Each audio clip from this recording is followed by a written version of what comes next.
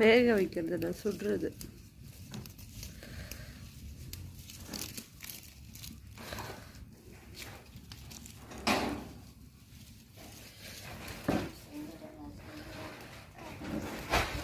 நீ ஒன்று எடுத்துகிட்டு வந்து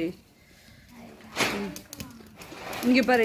இந்த காம்பு பட்டுச்சுன்னு வச்சுக்கேன், இது எரிஞ்சிடும், உள்ளே விழுந்துடும். சரியா? காம்பு படாமல். புரியுதா? ஒன்றும் இல்லை, வை, ஒன்றும் ஆகாது.